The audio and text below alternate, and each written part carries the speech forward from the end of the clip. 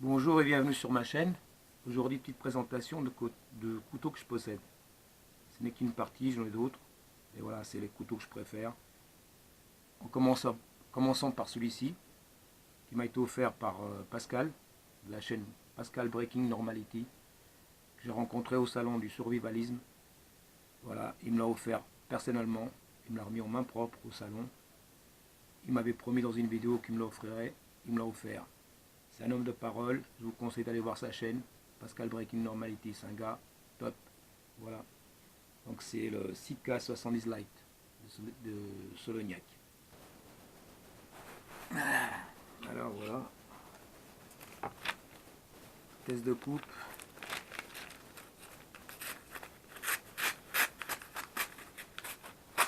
Nickel. Grosse épaisseur. Petite épaisseur.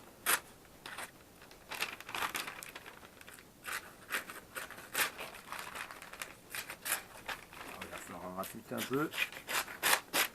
Et voilà, ça coupe.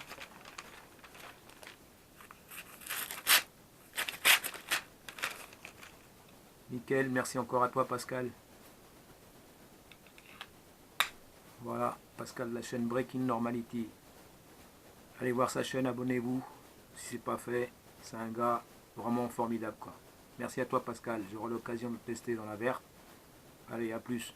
Là, je vais vous présenter pareil, un autre couteau de la marque Solognac. Alors celui-là, c'est le Sitka 100 Grip en verre. Il est impeccable quoi, c'est un couteau de chez Decathlon. Donc voilà. Voilà comme il se présente. L'acier c'est du SCR15, donc un acier chinois, mais bon, on va faire une démonstration de coupe. Voilà, pour un papier assez épais. Voilà, ça coupe. Comme on peut voir, couteau rasoir. On va prendre un papier plus fin.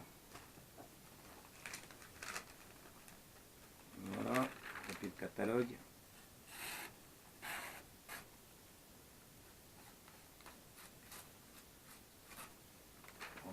Il n'est pas trop affûté, hein. Je l'ai déjà utilisé, il faudra que je le raffûte.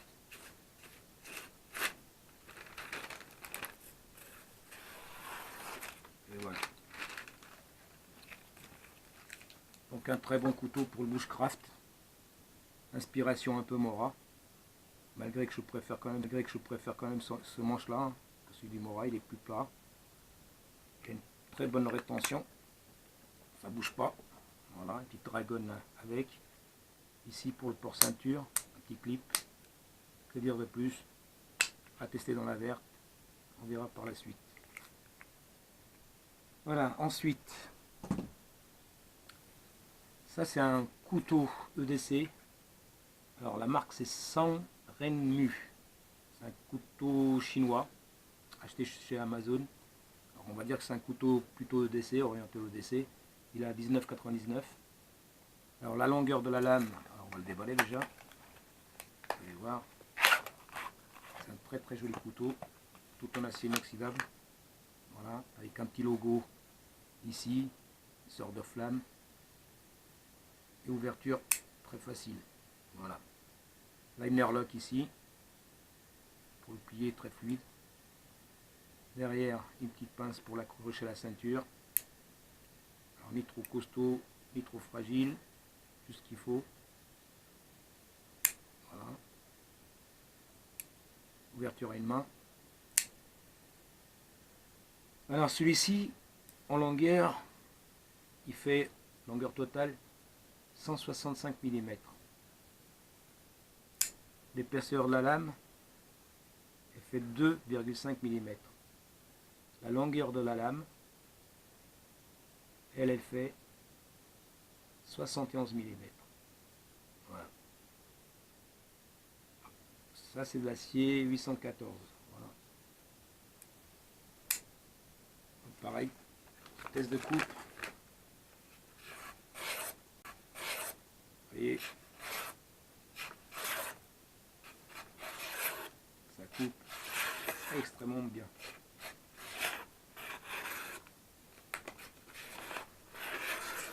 Voilà. On essaie Et un autre papier, plus fin.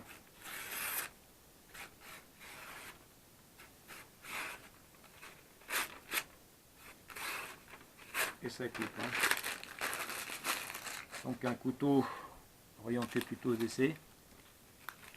On fait son petit poids quand même, hein, 90 grammes, mais un très très bon couteau. Voilà.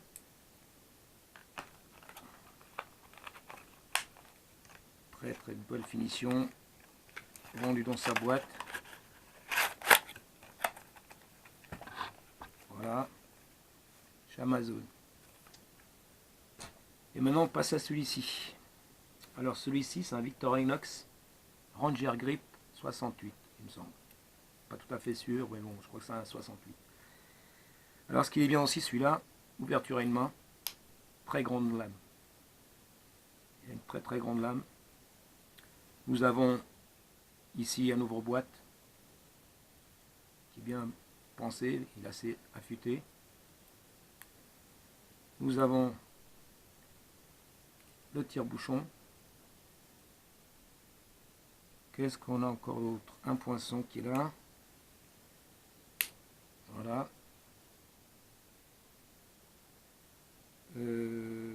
Qu'est-ce qu'on a d'autre encore? Ah, ici. Des capsuleurs, des nudeurs et petit tournevis d'appoint, quoi. Voilà. Donc ce couteau-là, il a une particularité, c'est qu'il a une fonction cachée. Je ne le savais pas, je l'ai vu grâce à un site espagnol. Je ne me rappelle plus le nom de la chaîne du gars qui avait trouvé cette fonction-là. Donc je vais vous la montrer. Alors, la fonction qu'il a, c'est qu'il a... Alors, ah oui, par contre, le système, voilà, c'est pour le déverrouiller, c'est ici. On appuie sur la croix. Hop, on ferme. Très bonne fluidité. Très peu de jeu. Un tout petit peu là. Et bon, très peu. Alors, revenons alors à cette fonction secrète. En fait, sous la plaquette ici plutôt là, il se trouve que il y a une fonction qui était cachée par la plaquette. Donc, j'ai démonté la plaquette, là je ne vais pas vous remontrer parce que j'ai dû la coller parce que c'était fragile quand même.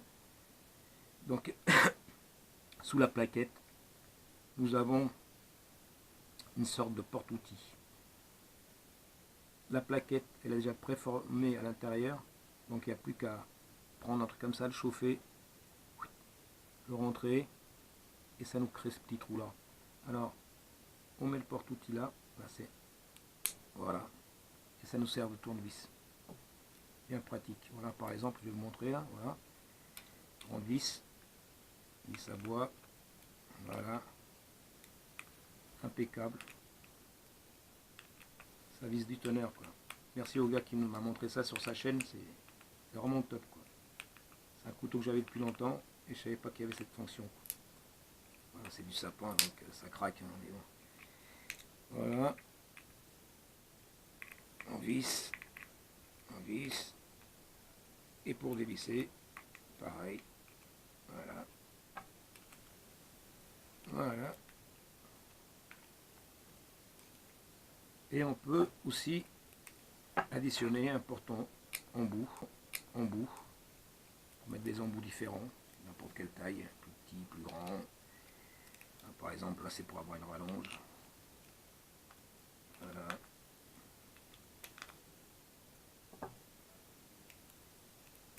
Hop.